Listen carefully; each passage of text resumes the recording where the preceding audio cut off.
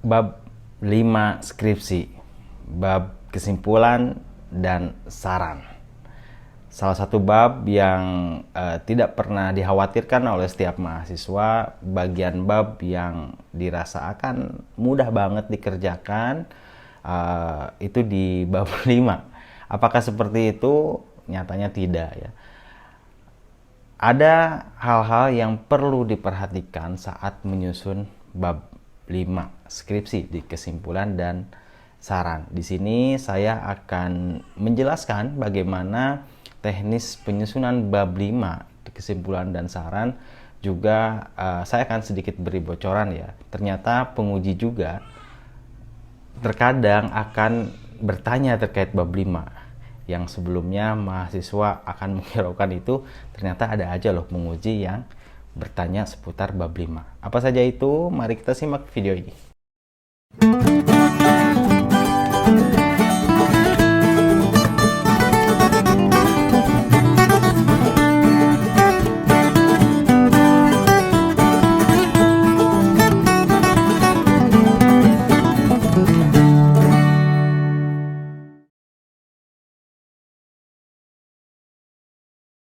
Assalamualaikum warahmatullahi wabarakatuh. Kembali lagi di channel Skripsi Bisa. Bagi yang belum subscribe channel ini, silahkan di subscribe terlebih dahulu agar kalian bisa mendapatkan video-video terupdate yang tentunya ini akan bermanfaat sekali bagi kalian, khususnya bagi mahasiswa.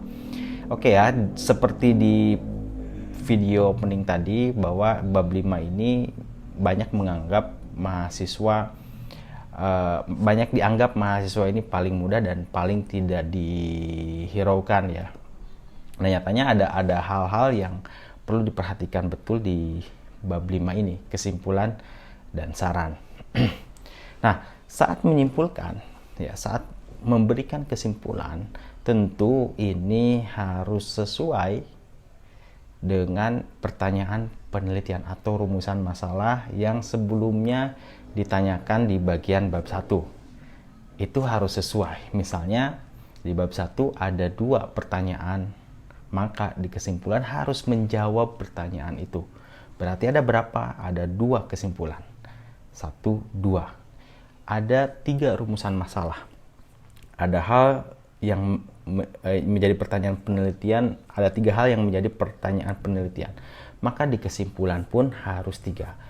Harus relevan dengan pertanyaan penelitian atau rumusan masalah yang ada di bab 1. Itu di kesimpulan. Banyak mahasiswa yang tidak paham itu sampai ngalor ngidul menyimpulkan, segala sesuatu dimasukkan. Padahal kesimpulan merupakan jawaban dari pertanyaan penelitian. Ada 3 pertanyaan penelitian, dijawab 3 di bagian kesimpulan. Ya, tentu jawaban ini diperoleh saat kita melakukan penelitian dan melakukan pengolahan data. Itu kesimpulan. Kemudian saran. Nah, saran pun sama. Banyak mahasiswa yang ngalor ngidul. Masalahnya apa, temuannya apa, sarannya apa. Kemana-mana tanpa berpijak pada temuan yang sudah dilakukan atau yang sudah ditemukan. Nah, saat kalian membuat sebuah saran, itu baiknya menuju kepada manfaat penelitian yang ada di bab 1. Di bab 1 kan pasti ditulis tuh manfaat penelitian. 1 ada manfaat teoritis, kemudian ada manfaat praktis. Kan seperti itu. Teoritis misalnya manfaatnya bagi kalangan akademis. Praktis misalnya bagi perusahaan lokasi tempat kita penelitian, atau bagi siapa aja yang memang terlibat di penelitian kita. Itu kan seperti itu. Di saran harus merujuk ke sana. Pertama, saran yang merujuk kepada teoritis, kemudian saran yang memang merujuk kepada praktis terkait dengan topik penelitiannya tentunya ya, seperti itu. Nah, saat menyusun saran,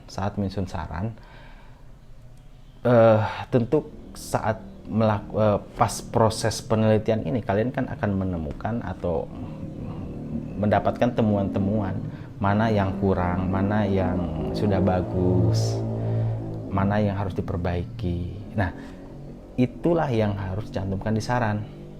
Misalnya bagian yang kurang bagian apa, kemudian di saran harus dijelaskan. Kalau penelitian kuantitatif misalnya ya, kita mendeskripsikan pakai kuesioner, ada indikator-indikator, terus ada hal-hal yang memang dirasa kurang dari jawaban-jawaban kuesioner.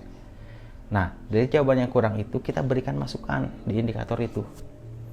Kaitkan dengan hasil penelitian kita juga ya. Itu di saran. Secara praktis ya, secara praktis kita harus melihat hal-hal apa yang kurang yang ditemukan yang nanti kita akan berikan masukan. Itu. Kemudian saran-saran yang sifatnya lebih ke teoritis. Kita bisa mencantumkan saran-saran berdasarkan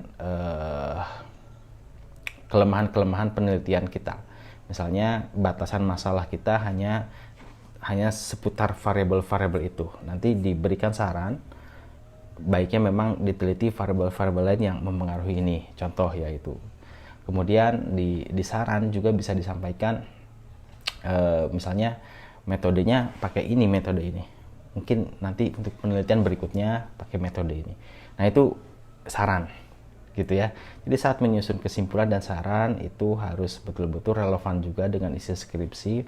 Jangan kemana-mana. Apalagi sampai menggunakan tools ya. Ada kalau nggak salah saya lihat di beberapa video tutorial TikTok ya, membuat simpulan tuh tinggal masukkan semua itunya langsung di-convert muncul kesimpulannya ya. Apalagi seperti itu ya kayaknya kurang akurat. Maka dari itu pahami cara membuat kesimpulan itu harus merujuk kepada pertanyaan-pertanyaan penelitian, harus menjawab kepada pertanyaan-pertanyaan penelitian di bab 1.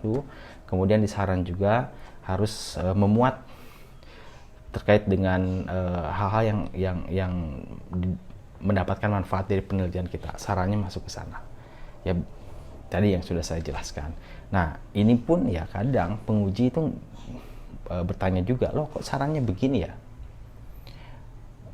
Itu kita harus mampu jelaskan tuh ya, menanyakan saran. Kok sarannya lebih kemana-mana? Padahal lingkupnya ini. Nah, itu harus kita jelaskan ya. Lebih sistematis mengikuti apa yang tadi saya sarankan. Cari hal-hal yang kurang.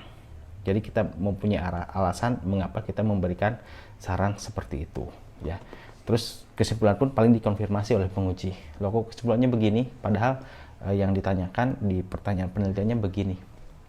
Nah, itu pasti ya. Maka dari itu silahkan cross check kembali kesimpulan teman-teman ini apakah sudah menjawab pertanyaan penelitian teman-teman atau tidak. Kemudian sarannya apakah sudah tepat atau belum. Ya biasanya ada aja dosen penguji yang mengkonfirmasi itu. Mudah-mudahan bermanfaat video ini. Terima kasih atas perhatiannya. Assalamualaikum warahmatullahi wabarakatuh.